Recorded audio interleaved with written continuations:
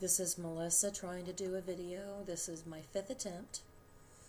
I just recently watched the last one that I did and found out that I don't know how to talk loud enough. Imagine that. I follow pixiwoo's channel. I actually follow pixiwoo Madness, Samantha Chapman, and Real Techniques. Daily Mix. If the Chapmans are involved, I'm watching it. I even follow the Lean Machine, if you can't tell. But I seen Samantha Chapman's video concerning her experience with anxiety, and I thought I would share mine. I am on medication for my anxiety. I'm not able to get into a vehicle and go anywhere without an anxiety medication. I still struggle after the anxiety medication.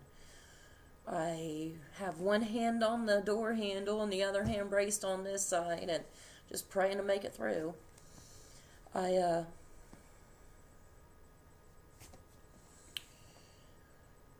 come from a severely abusive background. So I have some lingering effects from that. I have been diagnosed with anxiety disorder, post-traumatic stress disorder, bipolar, and schizophrenia. Those are my mental health diagnoses. I am also an epileptic. I have seizures that are uncontrolled. At this point in time, they are controlled the best that they have ever been. And I've had seizures since I was 2.5. I have a wonderful neurologist, Ann McLean, here in Columbus. If you guys are looking for one, check her out. She's great. She's got me on a new medication called Vimpat, and it's working better than anything ever has. I do take a lot of medication. I have asthma, a few other illnesses that I'm not quite willing to go into at this point, because I haven't shared them with everyone in my family. I was diagnosed a few years ago with a form of cancer. I'm working to keep that under control. Cross your fingers. At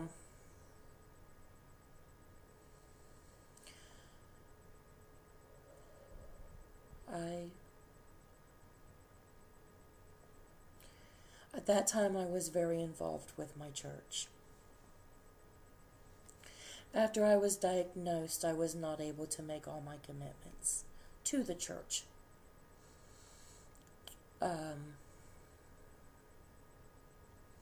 I requested a sabbatical from my duties and was granted one. I tried coming back after my sabbatical and got sicker and had to not participate as much again. I eventually became a absentee member of the church, I guess you could say.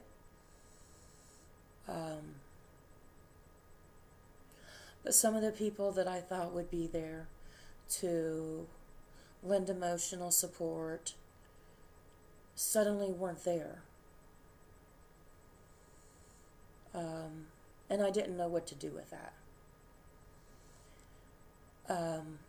I developed anxiety about telling people that I was sick, afraid that that would chase people away. I've had seizures in front of gentlemen, and they've run away as quick as their feet would take them. I have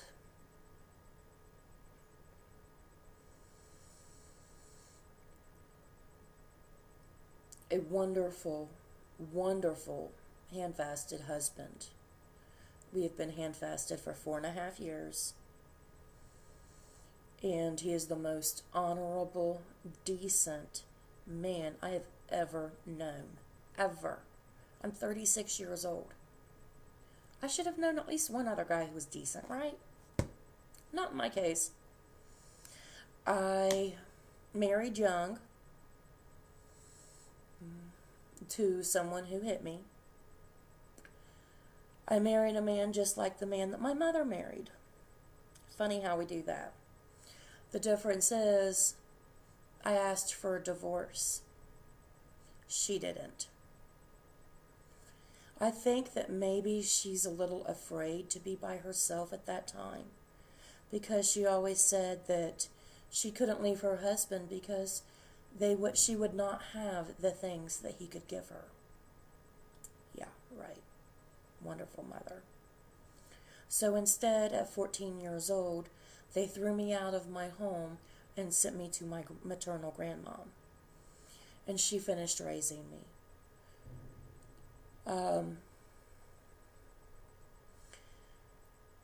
I have been in therapy quite a long time, actually, with many different therapists.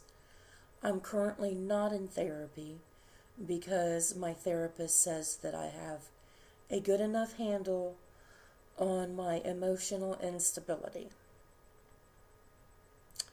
Little did he know. I have a son who will be 18 in March, who is living with his father. I have a son who turned 13 this past October. He lives with his paternal grandmother. I would not have a child of mine live with Christine and her husband, my biological mother and her husband. No way, no how. I would do anything I needed to do to prevent it. Anything.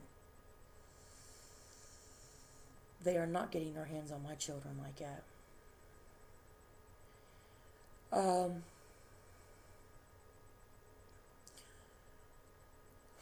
Sorry, off the subject.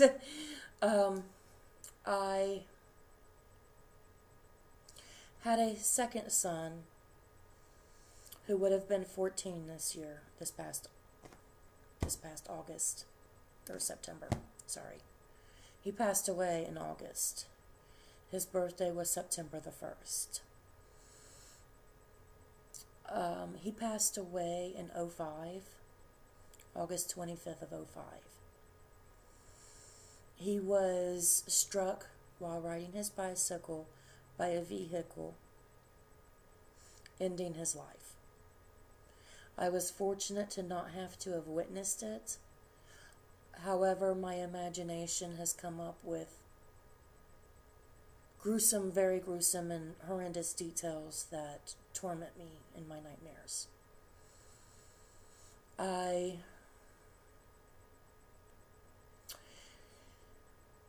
can't breathe at the idea of getting in a vehicle and taking that chance of an accident or seeing an accident. The last accident I witnessed threw me into such a panic attack that I hyperventilated until I fainted. I get the shakes, break out in a cold sweat. It's just a very difficult thing to have happen. And if you have anxiety, you are aware of that. I have actually developed anxiety about discussing my anxiety and my mental health issues. It's one of those things that I feel if I share with the wrong person, they can use it against me later. I don't like to cry in front of people for the same reason. I see it as a weakness to be used against me later. My wonderful hand-fasted husband, however, has been working with me on that. And he has seen me cry. A lot. But I try to hide it from others. From those people that you're not real sure of. their intentions. I wish I was not as worried about people using stuff against me, but I remember a time that everything was held against me and used against me if it could cause me pain. I don't like pain. Nobody does. I wish I could have a do-over. Like when you're a kid and you're playing hopscotch and you miss one, and you can say, do-over, and everybody kind of giggles and gives you another shot. Unfortunately, life is not like that. If it was, we would all be getting do-overs, right? Well, this is Melissa. I will show you my crafts next time I come on. Thanks for listening to my experience with anxiety. And I hope that my sharing can give someone the courage to face theirs. Because Samantha Chapman and Dustin Hunter, thank you for giving me the courage to face mine. Goodbye.